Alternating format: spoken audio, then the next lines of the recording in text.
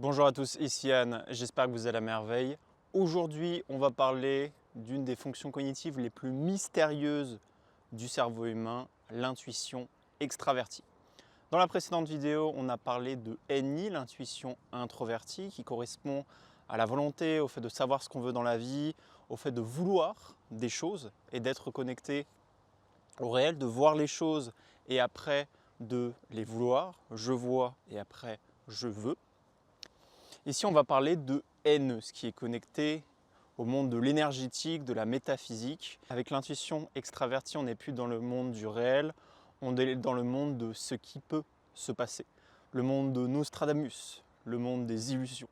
Donc cette vidéo va être une sorte d'explication, tel un daltonien qui ne voit pas correctement les couleurs et qui a eu des feedbacks du monde externe sur comment sont les couleurs pour la majorité de la population. Et bien avec ANE, c'est un petit peu la même chose de mon côté. Moi, j'ai cette fonction cognitive qui est située dans une zone qui s'appelle l'inconnu, c'est-à-dire c'est ma 7e fonction cognitive.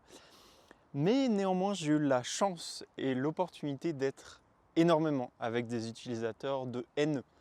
Parce que comme je vous l'ai dit dans les précédentes vidéos sur NI, sur SE, les fonctions cognitives sont connectées. Donc moi je suis un utilisateur de SE, NI et je suis compatible avec les utilisateurs et les utilisatrices de SI, NE. En fait, les deux fonctions cognitives, comme je vous l'ai dit, sont liées. Il y a toujours des liaisons entre les fonctions cognitives. Donc avant de parler de NE, qui sont les utilisateurs de NE? Les utilisateurs de NE sont ce qu'on appelle des NE users, des utilisateurs de l'intuition extravertie. C'est-à-dire que leur fonction cognitive liée à l'intuition extravertie est située dans leurs 4 premières fonctions cognitives. Qui sont les utilisateurs de NE? Premièrement, tous les gardiens. Tous les gardiens ont la fonction NE. Pourquoi? Parce que les gardiens sont utilisateurs aussi de la fonction SI qui est reliée à NE. ESFJ, ISFJ, ESTJ, ISTJ, ces archétypes de personnalité ont la fonction NE dans leurs 4 premières fonctions cognitives. Les utilisateurs les plus puissants de l'intuition extravertie sont les INTP et les INFP, qui ont la fonction cognitive NE en 2e fonction cognitive. Et les plus puissants de tous sont les ENTP et les ENFP, qui ont ça dans une fonction cognitive qu'on appelle la fonction héros, qui est la première fonction cognitive de l'ego. Qu'est-ce que NE? NE, c'est ce qui est lié à l'univers des possibles. Les utilisateurs de NE ont une capacité à prédire ce qui va se passer. NE, c'est une sorte d'énergie, de vague, d'onde de choc, c'est tout ce qui est possible. Exemple d'utilisateurs et d'utilisatrices de NE dans le passé, d'un point de vue un petit peu culturel, ça peut être les oracles, par exemple, qui étaient souvent des femmes, avaient une capacité à prédire ce qui se passait. Et qu'est-ce qui définit un oracle en général? On pense au terme d'oracle, on pense à une femme. Qu'est-ce qui fait qu'on passe à une femme? Parce que la fonction NE, c'est de l'intuition extravertie. Et dès qu'on parle d'intuition, qu'est-ce qui est connecté à l'intuition, selon vous? Exactement. L'intuition féminine, quelque chose qu'on parle souvent. C'est quoi l'intuition féminine? C'est tout simplement l'utilisation de NE, de la fonction cognitive NE. Qu'est-ce qui fait que c'est connecté au féminin? Tout simplement parce que les utilisateurs les plus puissants de NE sont des archétypes qui ont des tendances plus féminines que masculines. Si vous prenez les ENFP, INFP, en général c'est un archétype où il y a beaucoup plus de femmes, ENFP, INFP, et les hommes qui sont ENFP, INFP, notamment quand ils sont jeunes, sont en général plus féminins. Pareil pour les ENTP et les INTP, alors il y a plus de gars ENTP, INTP, néanmoins, ce ne sont pas des archétypes qui sont ultra masculins de base quand ils sont jeunes, pour la majorité, même si je connais des ENTP et notamment un INTP qui est très masculin. Qu'est-ce qui fait qu'ils sont jugés pas super masculins ces archétypes? C'est parce que la fonction SE qui est liée à l'instant présent, le fait d'être dans le moment, dans le concret, est située dans des fonctions cognitives. Je vais vous présenter encore l'exemple que je donne avec les INFP. Elle est située dans la fonction inconnue ou la fonction démon, qui sont des fonctions très éloignées de l'ego. Ce que vous devez comprendre fondamentalement, c'est que la fonction cognitive NE est une des fonctions les plus rares et les plus méconnues du cerveau humain. C'est pour ça que je prends du temps et que cette vidéo sera sans doute plutôt longue. Si vous prenez les gardiens ont la fonction cognitive NE en fonction enfant ou en fonction peur, c'est-à-dire soit ils vont donner aux autres ce qu'ils veulent, NE child, ESTJ, ESFJ, ou ils vont avoir peur de ce que les autres veulent, c'est-à-dire ISTJ, ISFJ. Donc c'est une maîtrise partielle de la fonction NE. Soit vous avez les artisans, et les artisans, comme vous pouvez le regarder sur le tableau, ont NI, ils n'ont pas NE, c'est-à-dire que leur fonction NE est située en 7e ou en 8e fonction cognitive, ce qui est un petit peu relou. Mais en général, les artisans sont assez inconscients des intentions des autres, qu'est-ce que les autres leur veulent. Voilà, ils ne comprennent pas trop le concept des intentions des autres, ce qui est assez amusant des fois. Et donc la fonction NE, donc qui est liée à l'intuition, sera uniquement principalement réservée aux ENTP, INTP, ENFP, INFP. Ce qui correspond à moins de 30% de la population, 15% maximum.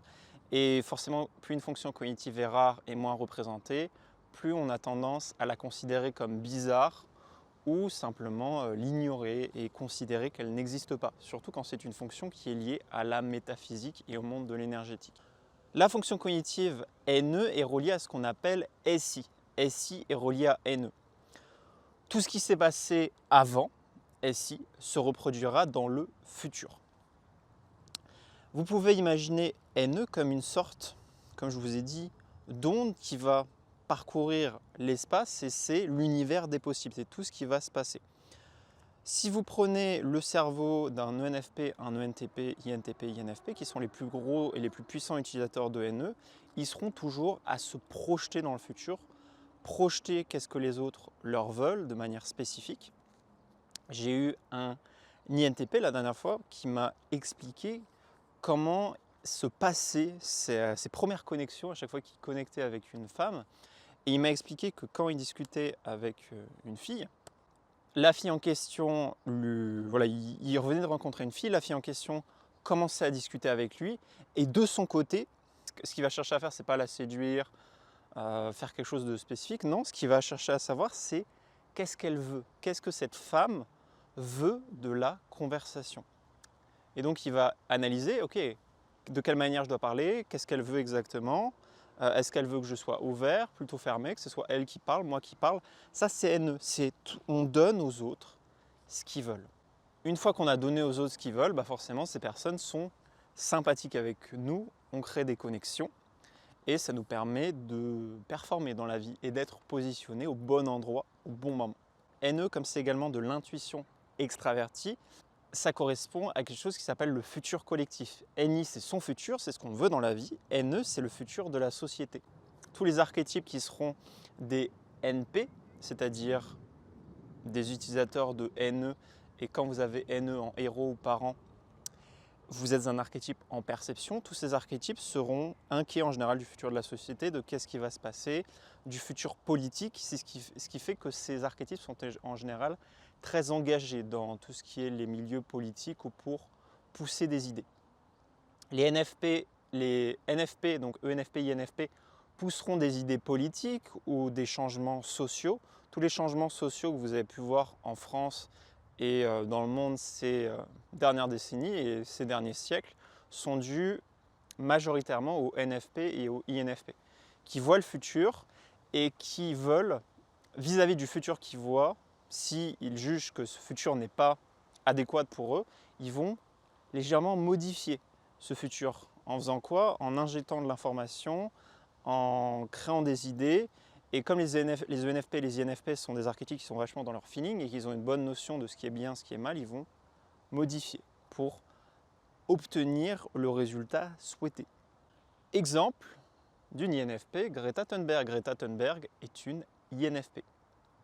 Et la majorité des féministes que vous pouvez voir ou des gens qui luttent pour le climat, toutes ces choses-là, peu importe l'avis que vous avez là-dessus, ce sont en général des NFP, que ce soit des ENFP ou des INFP. Les ENTP et les INTP, eux, seront un peu plus détachés de ça parce qu'ils n'ont pas de FI. La morale, ils n'en ont rien à cirer. Ce qui compte pour eux, c'est la vérité. Donc les ENTP et les INTP seront beaucoup plus connectés en général à quelque chose qui s'appelle un changement technologique, un changement de paradigme. Steve Jobs était un ENTP, Elon Musk est un INTP. Donc ces archétypes, eux, sont plus sur le fait de créer des nouvelles technologies pour créer ce changement social, plutôt que se focaliser sur la société. Ce sont vraiment deux paradigmes différents. Quelques exemples concrets de NE. J'ai été énormément au contact d'utilisateurs et notamment d'utilisatrices de NE, parce qu'il y a un archétype qui est relativement compatible avec moi, c'est les ENFP. Et donc j'ai été beaucoup au contact de cet archétype de personnalité qui a NE héros. Pour vous décrire un NE héros et comment il fonctionne, notamment les ENFP auront une fonction cognitive qui s'appelle TE enfant, c'est-à-dire qu'ils vont adorer recueillir de l'information. Donc c'est quelque chose qu'on verra quand on parlera de TE. Mais pour vraiment vous simplifier, les ENFP vont absorber toutes les informations que vous leur dites, des informations qui sont bonnes, qui soient fausses, n'importe quel type d'information, des informations complètement folles, ils vont l'absorber et s'en rappeler. Et ça m'est déjà arrivé de dire des informations à des ENFP sans m'en rendre compte. Et quelques jours plus tard, ou une semaine, 2 semaines, un mois après, cet ENFP me dit « Ah mais tiens, tu m'as dit ça ?» Et ouais, comment tu m'as dit ça, c'était un peu bizarre. Je dis quoi? Je t'ai dit ça? Alors que je n'avais aucun souvenir. Voilà, les ENFP vont aspirer de l'information avec leur TE parent, les stocker avec leur SI qu'on appelle leur SI inférieur, donc TE parent, troisième fonction cognitive, SI inférieur, quatrième fonction cognitive, et après ils vont être capables de prédire le futur en fait. Tout ce qui s'est passé avant va se reproduire dans le futur, si les mêmes conditions sont réunies. Ça donne des choses assez incroyables avec les utilisateurs de NE. Les utilisateurs de NE sont au courant de ce que les autres leur veulent. Et donc qu'est-ce que ça crée? Le fait de savoir à tout moment qu'est-ce que les autres nous veulent d'un point de vue relationnel, ça fait que les utilisateurs de NE, et notamment les ENFP, sont super bons avec les relations interpersonnelles liées aux membres du sexe opposé. Alors quand je dis super bon, c'est bon dans le sens sur la phase de se mettre en couple ou casser une relation. On est sur l'entrée en matière et la sortie en matière, si vous voyez ce que je veux dire. Et je peux vous donner un exemple. De mon côté, j'ai passé énormément de temps avec 4 ENFP, donc des gars que je connais super bien. Et je peux vous dire que parmi les 4 ENFP que je connais, qui sont totalement différents, qui font des métiers totalement différents, il y en a qui sont dans l'entrepreneuriat, il y en a qui ne sont pas dans l'entrepreneuriat, vraiment leur profil n'a rien à voir.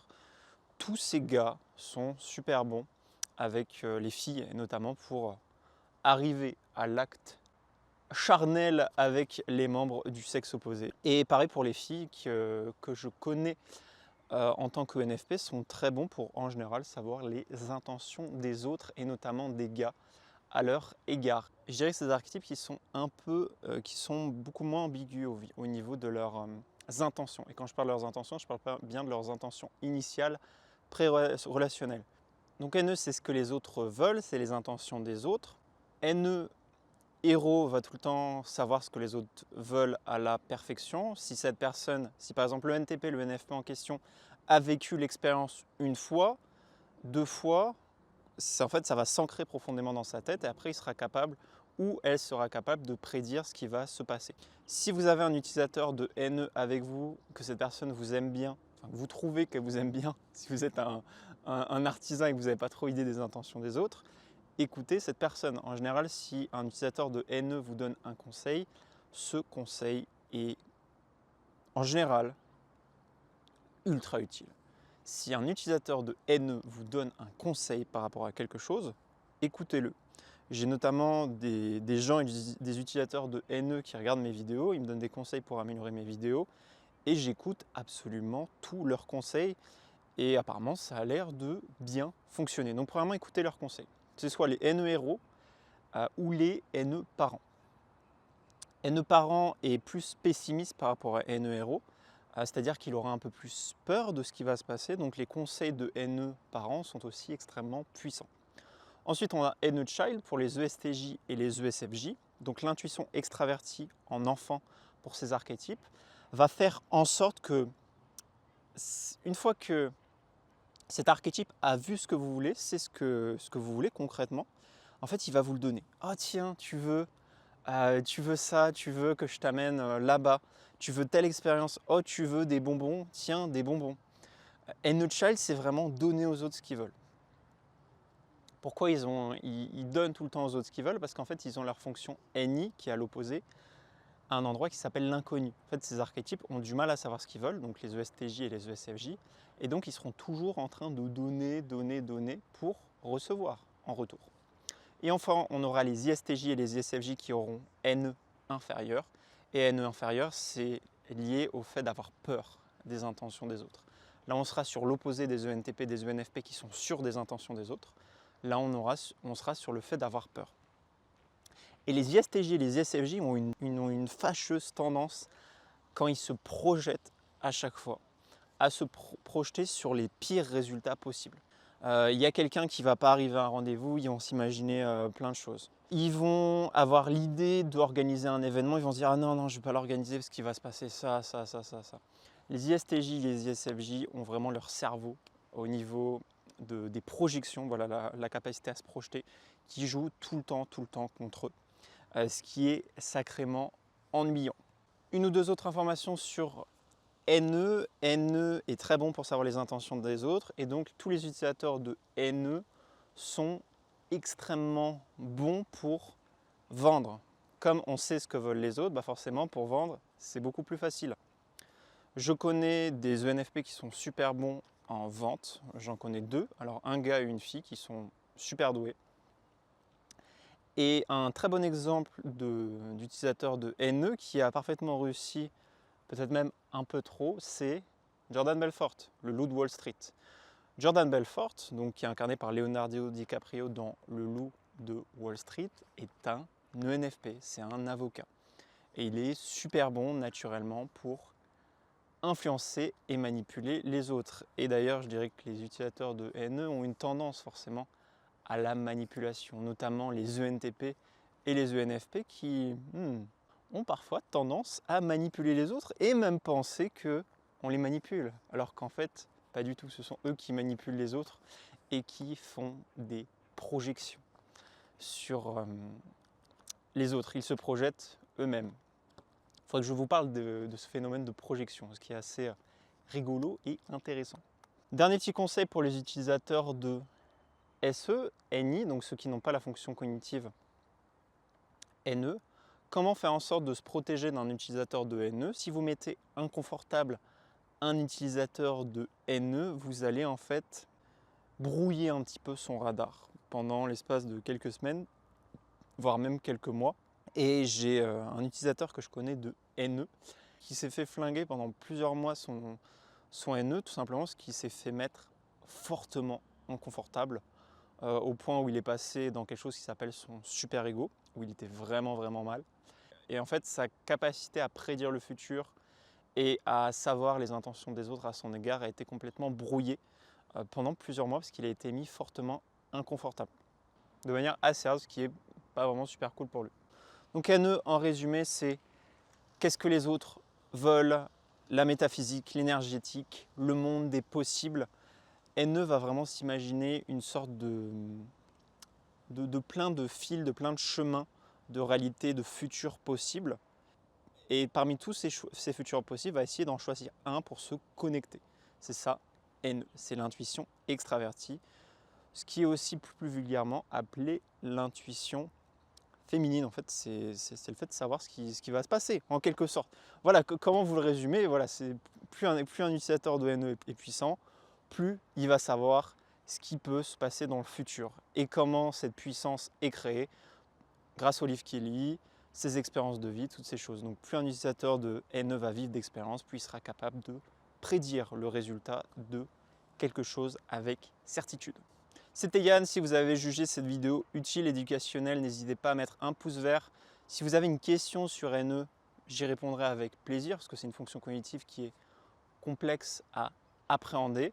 N'hésitez pas également à vous abonner à la chaîne. La prochaine fois, on verra la fonction cognitive qui est liée à la logique, au vrai, au faux, le monde de la vérité, pas des émotions. Donc je mettrai la petite fiche pour la fonction TI. Si vous voulez en savoir plus sur votre archétype de personnalité, je vous invite à aller en lien dans la description où je peux vous faire un typage pour que vous sachiez vos fonctions cognitives, comment les utiliser, vos relations amoureuses, qu'on puisse trouver une relation amoureuse pour vous si vous en cherchez une. Trouver un métier qui est fait pour vous, qui est lié à votre personnalité pour que vous vous sentiez bien et que vous gagniez plein d'argent, plein de cash. C'était Yann, c'était un plaisir de faire cette vidéo et moi je vous dis à la prochaine pour plus de vidéos sur la psychologie analytique jungienne. Ciao.